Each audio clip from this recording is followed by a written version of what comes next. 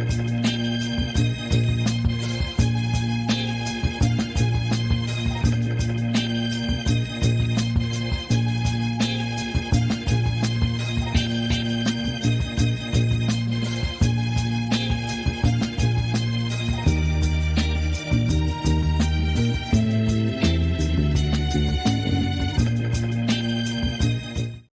think the Republican side of the aisle made the case quite clearly today as to why we should not vote for censure. Right now, you can tell how weak their arguments are because they are grasping for straws, trying to do their best My Cousin Vinny impersonation as to breaking down what happened here with a fire alarm. Jamal Bowman has more courage in his pinky finger than the entire Republican Party put together, more integrity than the entire Republican Party put together. And that's exactly why they're moving to censure him today. Let me tell you what's actually going on. New York Republicans are so embarrassed that they propped up George Santos, got him elected to office, and then had to turn around and vote to expel him, that they want to distract the entire world from their massive embarrassment. New York Republicans are so embarrassed that they have not accomplished a damn thing for New Yorkers this entire year, that they have to find a distraction. So they've decided to target one of the first Black men to ever represent Westchester County in the United States Congress for censure. That is what today is about. And New York Republicans are so unfocused and so unable to make people's lives better that they've decided to bully their colleague. That's what today is about. They're wasting our time. They're wasting the country's time over some petty what rises to censure. I mean, truly, these arguments that are being made here, what's next? Jaywalking? Do you want to get us for jaywalking, for not crossing the street correctly? Is that what you're going to raise for censure next? This is truly ridiculous. It's beneath the character of the House, and it is beneath the stature and the status of what rises to consideration before this body. And with that, I yield back. Mr. Chair, I think the Republican... That is my own girl, AOC, going hard as always. Welcome to the National Newspaper Publishers Association's Let It Be Known. And someone in the comments there said they hope she runs for president one day. I remember interviewing her for the NMPA just a couple of years ago. And when Biden, or just before he was picking his vice president, and I asked her would that be a job she was interested in, and you know, she's at the time she said she wasn't quite there yet. She was too young, she said. Wow, but she's spot on though. They want to censure Congressman Jamal Bowman for pulling that fire alarm. I think he paid his penalty for that, and move on. But this is not the House of Representatives that will move on. This is the MAGA House, and so they're going to move forward, and most likely Jamal Bowman will be censored. So, and like, right, Power 96, AOC said what she said, not one lie detected. Well, this morning, this to show you how disenchanted many are with the two candidates that really is, and it's really just two candidates, regardless. Some of you might have seen the Republican debate, but there are two candidates for president, right? Trump and Biden. But this to show you how disgruntled they are with the field, period. The Rock, yeah, Dwayne Johnson, can you smell what The Rock is cooking? Says he's seriously considering a run for president. It's just, again, it shows you again that Americans aren't happy with the choices that they have. Also, Diageo gets bad with the bad boy. They have asked the judge to block Diddy from having his face put on their liquor ads. There's a big lawsuit going on there with that. And of course, the ousted Speaker Kevin McCarthy, well, he announced that he's leaving Congress at the end of the month.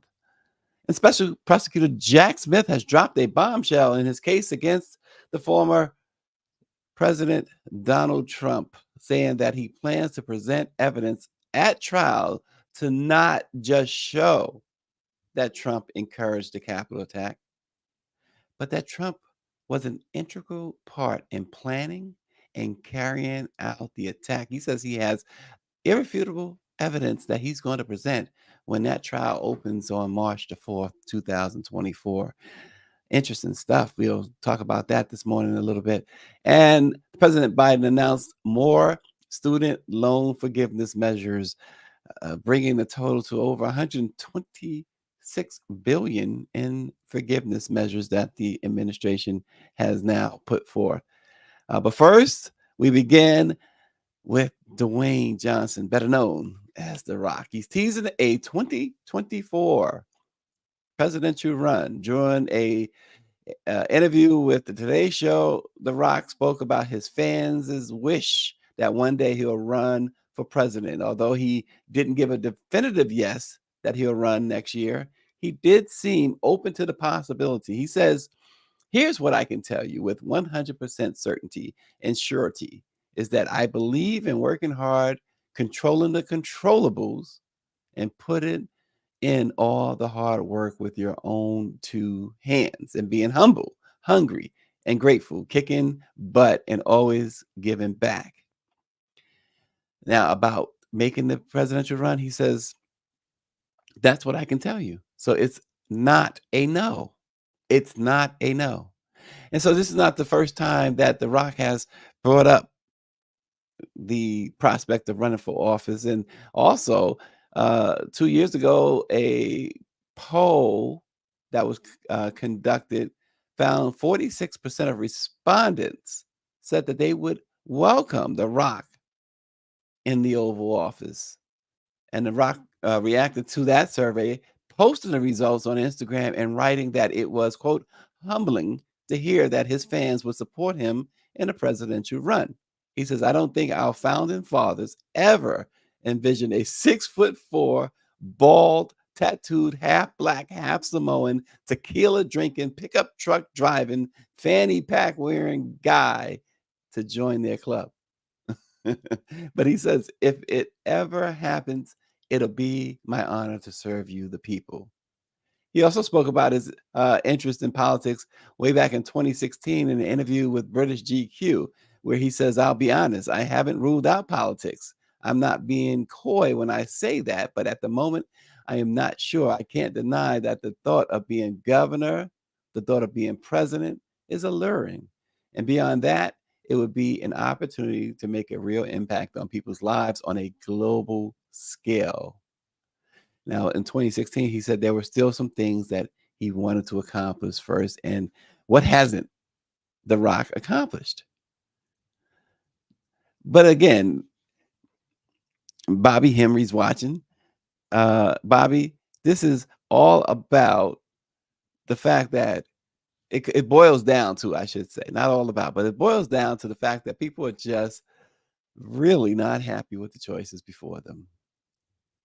And they're looking desperate for something else to hold on to. So there you go. And Austin is not a fan of this. Austin says The Rock has rocks for brains if he thinks he has even a negative 15% chance of winning the White House. And Bobby says The Rock versus Putin. I'm betting on The Rock hands down. I don't know, Bobby. Putin, he's very talented with the hands, from what I understand. Very well trained. Oh gosh. And we're gonna get to student loan debts shortly. Power 96, who's anti forgiving student loans, at least when it comes in his own household. He is anti forgiving his son of his student loans. He says he wants his son to pay back his student loans to him that he gave his son so he can take a trip to Vegas. We'll get to student loans a little bit later this morning. But first, liquor giant Diageo is getting all bad with the bad boy Puffy. They say that Diddy has become so, and this is their words, so toxic in the wake of the sexual assault lawsuits that have been filed against him. And we know just yesterday another one was filed against Diddy. They said it would be unfair for a judge to grant his request for controlling over an incoming $15 million marketing budget for De Leon tequila. In a new letter to the court and reported first by Rolling Stone, Diageo says that Puffy plans to plaster his face on new ads for the premium spirit would be, quote, devastating. They say the disturbing allegations against Mr. Combs set forth in these lawsuits underscore that any De Leon campaign featuring Mr. Combs would compound and amplify the harm that he has already caused. Wow, that is, boy, I guess all is fair in love and war. Because look, and y'all know I'm not defending Diddy, but he's not been convicted of anything yet. He did settle that atrocious, just oh god, disgusting suit with Cassie. What he is alleged to have done there is just enough to. He should gracefully step away from trying to put his face on anything right now. I think he's asking for more trouble by trying to be front and center. The target on his back grows bigger and bigger and bigger when he does something like that. But far be it from Diddy to take advice from me, which is why he's in the jam he's in. So, but Diageo is fighting this. They are saying, no, we cannot have this. We cannot have his face as the face of De Leon tequila. It's in fact Diageo just totally rogue in their court filing yesterday because it identifies the accusers by name, Diddy's accusers by name. They've tried to keep them, except for Cassie, under wraps. And this is the second letter they sent. The first, of course, was in response to Cassie's Blockbuster lawsuit that says that Diddy raped and beat her, forced her to have sex with other men while he watched, plied her with drugs, and et cetera, sex trafficked her. Diageo went into all of that. It's like it's war, right? And they are really saying to the judge, we cannot allow Diddy's face anywhere near our products. So, and listen, let's face it, whether you are for or against him or whatever, I would imagine that even his legal team would tell him, Puffy, you might want to sit this one out. Because again, in this era that we live in, this era of Me Too and stuff like that, and again, I would be extremely transparent. I totally believe everything in Cassie's lawsuit, but this is going to further put a target on his back if he continues to fight this and insist on putting his name and face out there to try and push products. It's only going to hurt the product, and it's going to hurt him even more. I don't know. I think there's a home for Diddy that's waiting diligently for him in Bali. He's got to go cool off somewhere. Russell went and cooled off. His thing was, let me just get out of the spotlight. And that's what I'm saying about that. Get out of the spotlight, Diddy, because right now it's not a good look. And, Russell, let me just make it clear. Russell has maintained his innocence.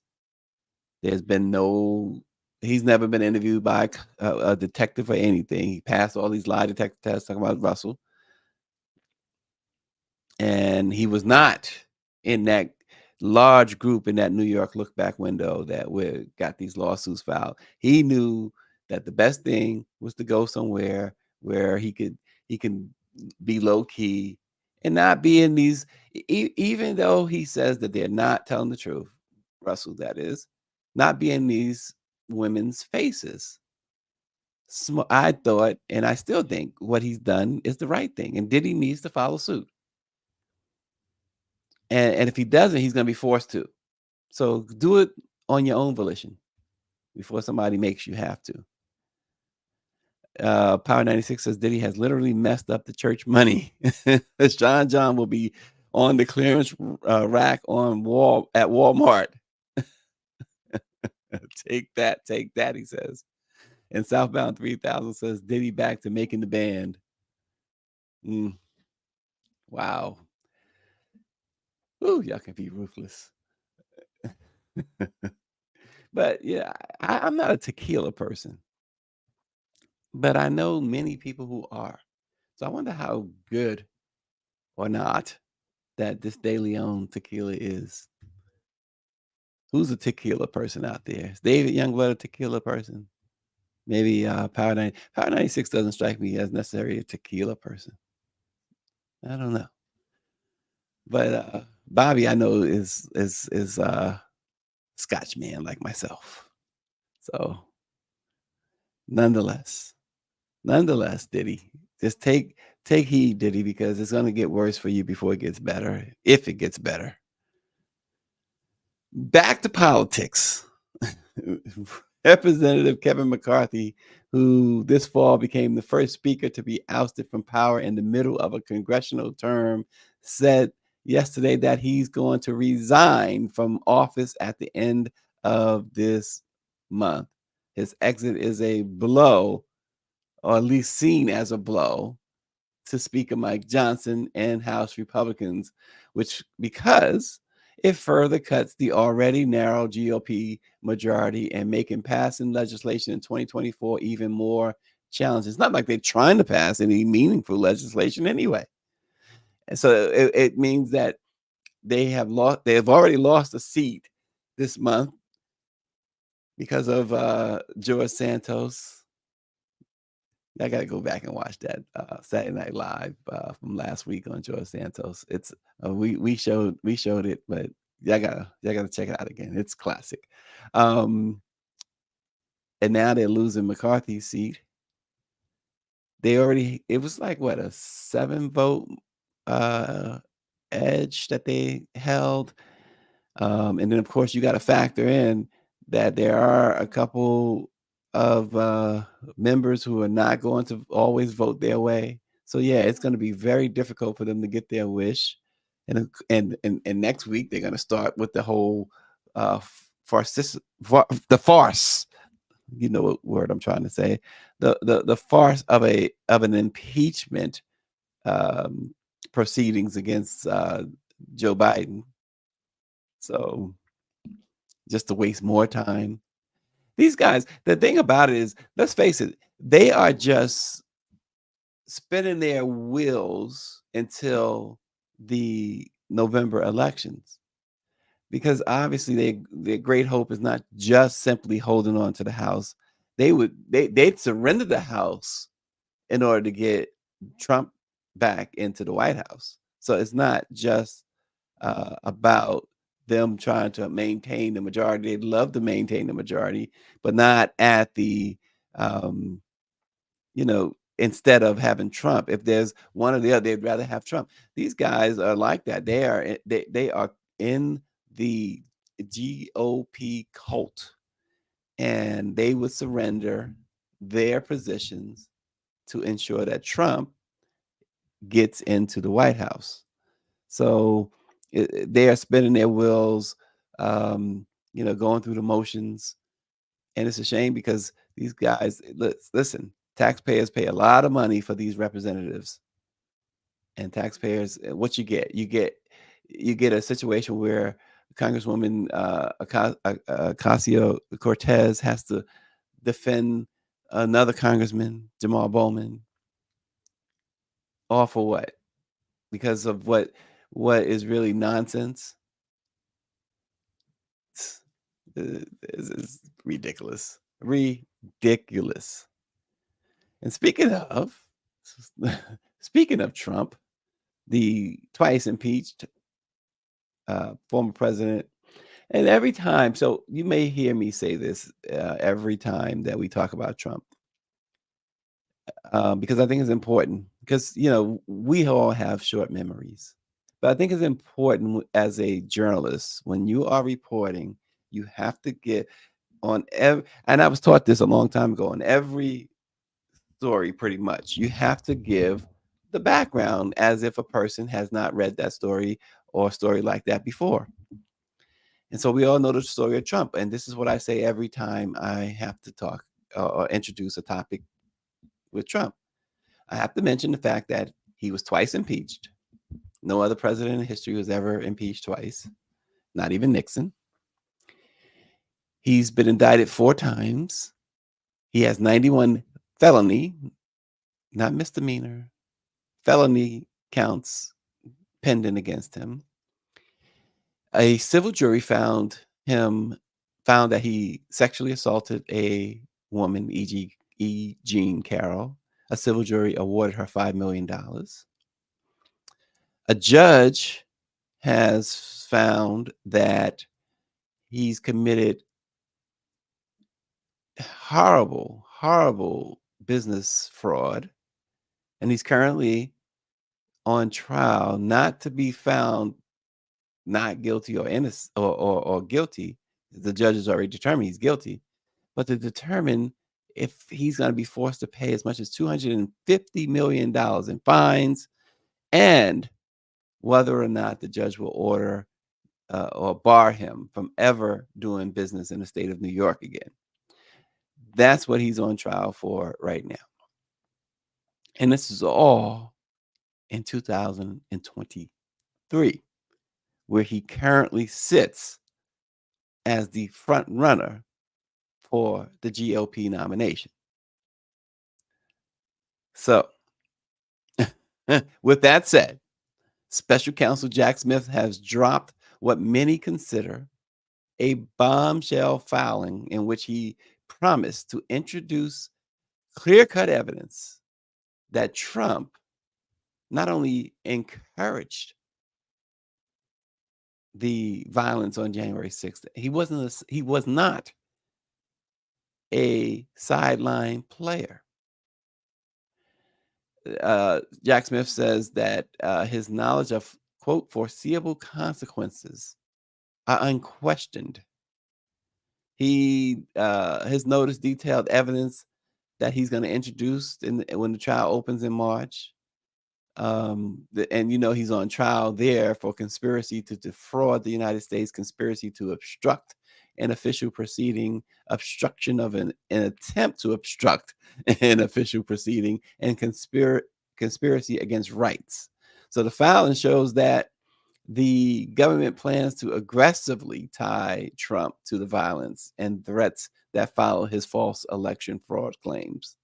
It begins by noting that the evidence is being offered, quote, not to show Trump's criminal propensity, but to establish his motive, his intent, his preparation, his knowledge, the absence of mistake, and common plan. Just say that one more time. I'm saying in my head to myself, even if you guys are not asking me to say it one more time.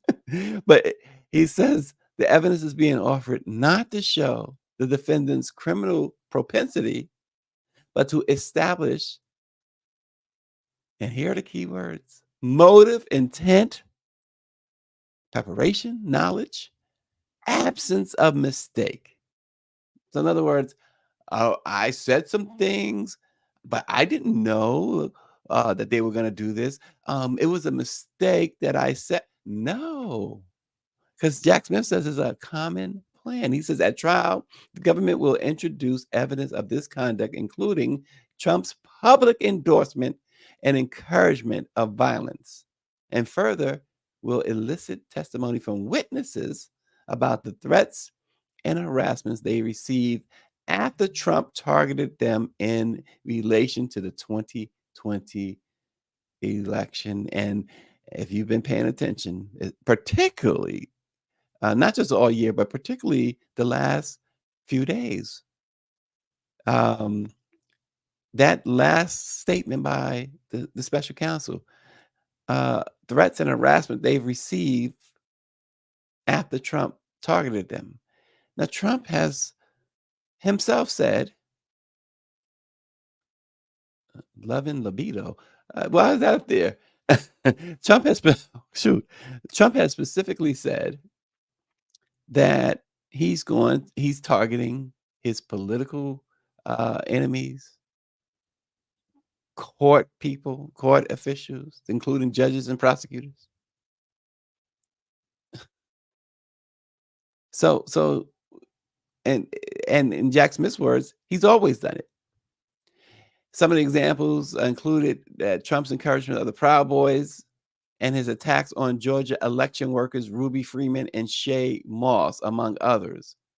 Smith calls out the special prosecutor Jack Smith. He calls out Trump's support for the January 6th rioters. And who didn't think that at some point that was going to come back to bite him a little, at least a little bit? We all have seen the support he's offered these rioters. In fact, they are all sitting there.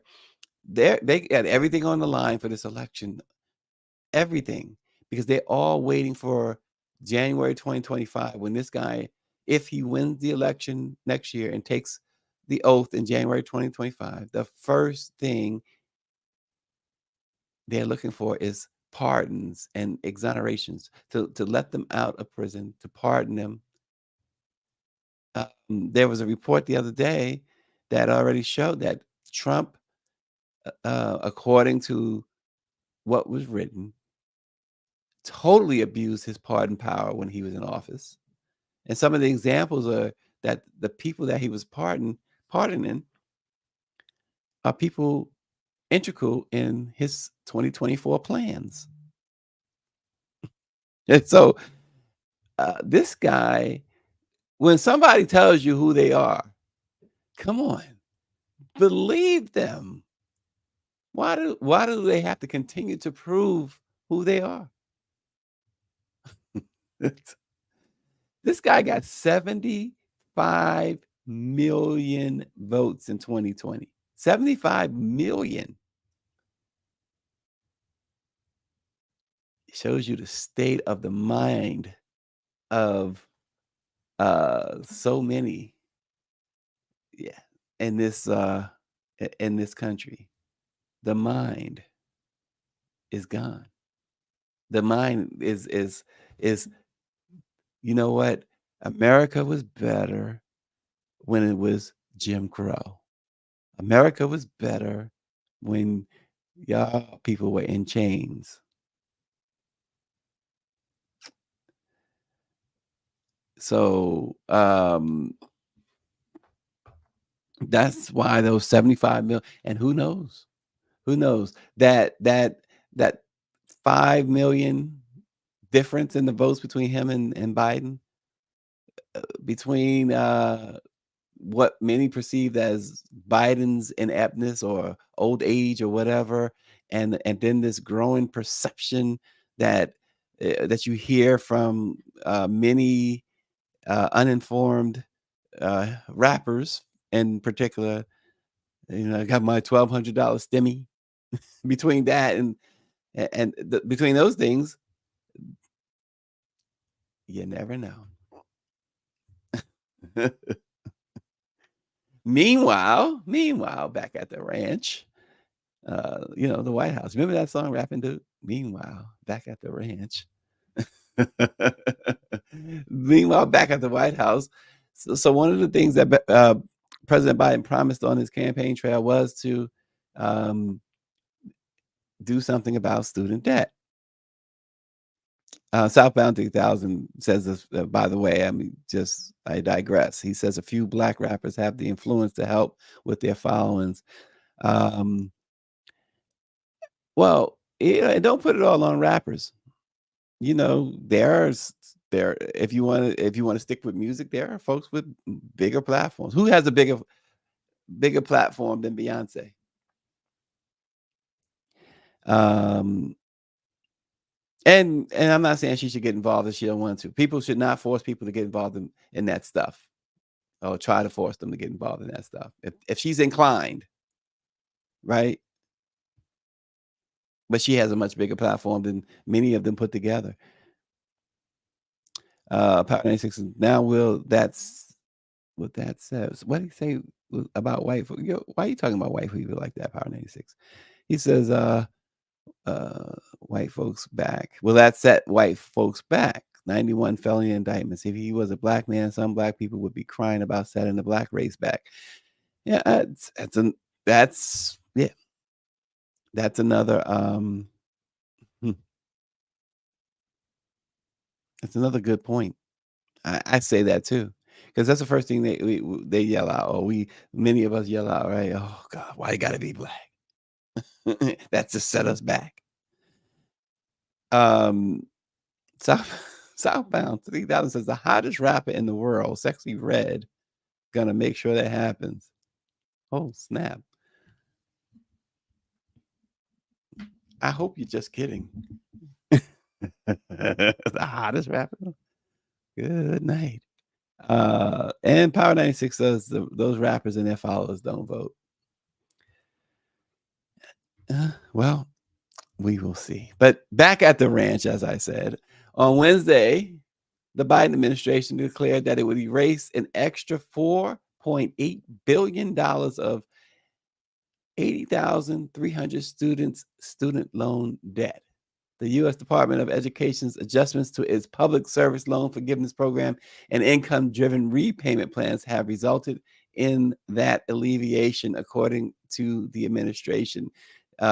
Miguel Cardona, the U.S. Secretary of Education, said that before President Biden took office, it was virtually impossible for eligible borrowers to access the student debt relief they rightfully earned. This level of debt relief is unparalleled, he said, and we have no intention of slowing down. Approximately $2 billion of the assistance will be allocated to almost 46,000 individuals who are currently participating in income-driven repayment programs. According to financial experts, loan servicers frequently neglected to monitor borrowers' payments, resulting in the failure of the intended debt forgiveness schemes after a specified time frame. So they kind of jack things up. The Department of Education announced that 34,400 debtors who have been in public service for 10 years or longer will be granted loan cancellation of $2.6 billion. Participants in the public service loan forgiveness program have had difficulties in obtaining the promised debt cancellation because of inaccuracies in their payment calculations and other related problems. The Biden administration has recently eliminated around $132 billion in student debt for over 3.6 million American individuals. The Biden-Harris campaign expects their relentless pursuit of forgiving student loans will aid them in the polls as voters support measures that forgive student debt by a 2-to-1 margin. And so they are rocking and rolling with this student loan debt forgiveness. And hopefully it continues, because look, it is too much debt. And you saddle these, you tell people go to school, but the price tag. And so they're forced to take out these loans that they're paying back forever. The rent is too high. Yeah, well, and that's the thing, right? So you got these student loan debts, you got rents or mortgages through the roof, and everything is high. Boy, oh boy, you don't want to know what my energy bill was this month. I looked at that and I said, gosh, I need a loan for my energy bill. Unreal. So everything called you go to, so we went to, we were traveling, wanted to get something really quick to get some chicken strips from Kentucky Fried Chicken. And just the strips, not the meal, not the fries or mashed potatoes or whatever, not a Coke, just the strips. I think it was 6 strips. The strips. $15 and change. My wife told the lady, never mind. We got to the window. She said, never mind. When she, because we were like, what is 15? Because we had ordered a couple other things and the total just didn't sound right. She said, never mind. She's in the passenger seat talking about never mind. I'm like, well, my stomach is like, what is this woman doing? Talking about never mind. But everything is high. Everything. They talk about, so they kind of get us with the gas prices, right?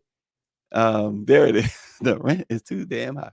They get us with the gas prices, saying, "Oh, you see, the gas prices are coming down. They've been going, but everything else is not coming down. And guess what's not going up? The paychecks are not going up."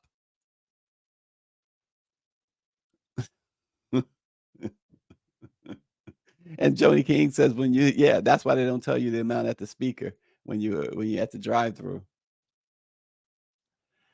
And Power 96 says, you should learn how to use the system. The U.S. military has paid for my family's college education. Yeah, I am the one who served, but heck, no to student loans. My son still has to pay. LSU is not cheap. Power 96, I 100% urge you to forgive that student debt of your son. Forgive it. Be like Biden. But it's just everything's they need to figure this out, because and the homeless crisis continues to be just that, a crisis. It's not getting any better. Now there are various reasons why there's homelessness, but some of that nowadays has to do with uh, the cost of everything. And all, like I said, he said the devil's a lie. He's not forgiving that loan. Um, there was a report not long ago, um, for instance, in New York, government workers, those who work for the government, living in their cars because they can't afford it. They can't afford the rent. They can't afford that. And it's just, and you say, wow, well, they at least they're making some money. They are able to make a little money, but that's it, a little money. That's the state. I said it. I said it before. I'll say it again. Man has dominated man to his harm. This is ridiculous. Then you then you got Trump wanting to cut Trump, Nikki Haley, they want to take away Social Security benefits, Medicaid, Medicare. So they hit the kids. You see how it works? They hit the young ones with the student debt that they can't pay or they struggle to pay. And now on the other side, they want the seniors to work literally until they drop dead. They want to take away all these social safety nets for the seniors.